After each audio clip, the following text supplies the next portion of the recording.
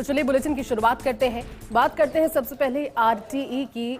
RTE के बच्चों के सामने दरअसल एक अजीब संकट है। एक गलती और फॉर्म रिजेक्ट हो जाएगा। जी, आरटीई को लेकर अभिभावकों में असमंजस की स्थिति।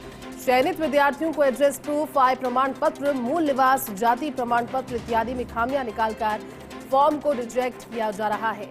ना स्कूल समाधान कर पा रहा है इस परेशानी का, ना शिक्षा विभाग। ये स्थिति अब इतनी विकट है कि हर साल अड़चनों के बावजूद कोई समाधान नहीं, केवल आश्वासनों के जरिए अभिभावकों को मानसिक तनाव मिल रहा है। साथ ही विद्यार्थियों का साल भी खराब हो रहा है। निजी स्कूल अभिभावकों पर फीस का दबाव लगातार बना रहे हैं। खुलेआम बोल रहे हैं सरकार से नहीं मिल रहा अनुदान, अभिभावकों को पढ़ाना है तो देनी होगी फीस। और ऐसे में अभिभावक सवाल यही है कि जाए तो जाए कहां, क्योंकि नियम अनुसार कोई भी स्कूल संचालक राइट टू एजुकेशन से चयनित विद्यार्थियों से फीस नहीं मांग सकते, लेकिन बावजूद उसके फीस मांगी जा रही है। फीस जमा नहीं करवाने पर दाखिला नहीं देने की बात भी कही जा रही है।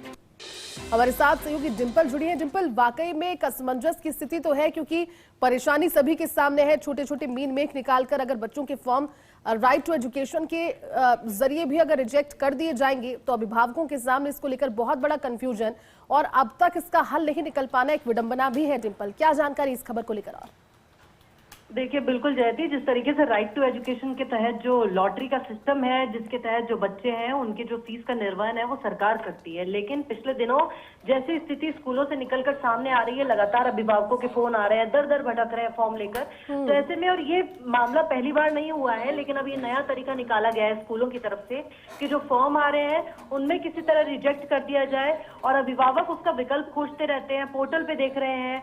कहीं ना कहीं उसको जो एडमिशन जो बच्चों का हुआ है, और एक तरफ जहां बच्चों की लॉटरी लगने की बात कही जा रही है, तो दूसरी तरफ जो आर्थिक रूप से देखिए जो कमजोर होते हैं अभिभावक, वो कहीं ना कहीं बच्चों का जो आरटी के तहत जो एडमिशन है कि निजी स्कूलों में एडमिशन उनका हो जाए, तो और 25% सीटें जो उनके लिए निर्धारित भी होती हैं। लेकिन अब जैसा ये विवाद बढ़ता जा रहा है, एक तरफ निजी स्कूलें ये कहती हैं कि उनको फीस नहीं मिल रही है, तो ऐसे में अगर जो आरटी के तहत जो बच्चे जिनको चयन हुआ है अगर उनकी फीस जमा कराएंगे तो ही उनका एडमिशन होगा। अब जिनका चयन हो चुका है, 10 दिन का समय लगभग हो चुका है, और अभी भी इसी जद्दोजहद में लगे हैं अभिभावक कि किसी भी तरीके से उनके बच्चों का एडमिशन हो जाए, क्योंकि आरटी में अप्लाई करने का अर्थ ही यही है कि वो ज्यादा महंगी दे नहीं सकते। जो फीस है स्कूलों की, वो ज्यादा महंगी स्कूलों की फीस नहीं दे सकते, और ऐसे में स्कूलों में चयन होने के बावजूद भी एक तरफ जहां लॉटरी लगती है, तो दूसरी तरफ अब इस समस्या का सामना अभिभावकों को करना पड़ रहा है। और कई बार अभिभावक एक साथ होकर भी जो शिकायत है वो दर्ज करते हैं, लेकिन एक तरीके से कहा जा सकता है कि कहीं ना कहीं डरते भी हैं अभिभावक इस बात की शिकायत करने से कि उन्हें लगता है कि अगर बच्चे का एडमिशन हो भी गया तो वहीं बच्चे को टारगेट न कर लिया जाए पेरेंट को देख के, कहीं बच्चे से किसी तरह का दुर्व्यवहार ना किया जाए, बच्चे को किसी तरीके का जो खराब मानसिक स्थिति बच्चे की ना हो, और बच्चे पर किसी तरीके से मानसिक रूप से कोई दबाव ना बनाया जाए जब वो पढ़ने लग जाए तो उन पर उसके बाद। और कई स्कूलों में ऐसी भी स्थिति सामने आई है कि बच्चों का एडमिशन हो रहा है, फॉर्म भी रिजेक्ट नहीं हो रहा है, लेकिन जैसे जैसे एडमिशन को समय हो गया है, ये पिछले 2-3 सालों में भी देखने को मिला है कि जैसे ही समय हो जाता है उसके बाद भी। और पिछले कुछ दिनों में जो जयपुर की प्रतिष्ठित स्कूल है, कई स्कूलों में, चाहे विद्याश्रम स्कूल हो और कई स्कूलें ऐसी, और उन स्कूलों में भी ऐसे मामले सामने आए जब अभिभावकों ने शिकायत भी की है। और सिर्फ इसी के लिए नहीं, सिर्फ आरटी के लिए नहीं, बल्कि उनसे मनचाही फीस भी वसूली जाती है। निजी स्कूलें साल दर साल वृद्धि करती हैं कि एक बार के लिए अभिभावक सोच भी ले कि वो फीस देकर बच्चों का एडमिशन करा दे, नियमों को साइड में रखकर एक बार करा भी दें, लेकिन उसके बाद साल दर साल जो फीस में वृद्धि होती है, तो ऐसे में जो आर्थिक रूप से कमजोर हैं, जो असमर्थ हैं, अपने बच्चों के लिए इतनी महंगी फीस का निर्वहन नहीं कर सकते हैं, तो साल दर साल जो महंगाई बढ़ेगी स्कूलों की और जो फीस महंगी होगी उसका निर्वहन कैसे करेंगे।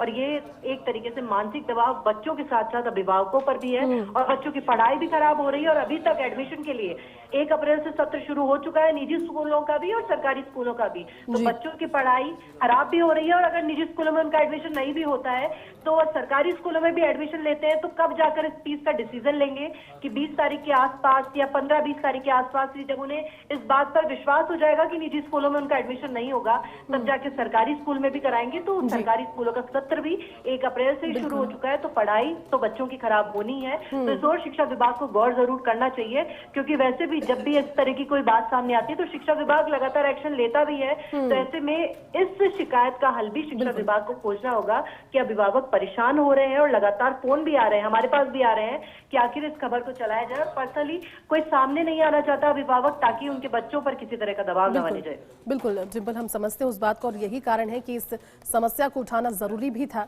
उम्मीद करते हैं कि इसका जल्द ही समाधान और निष्कर्ष कुछ ना कुछ निकाला जाएगा। शुक्रिया बातचीत के लिए डिम्पल।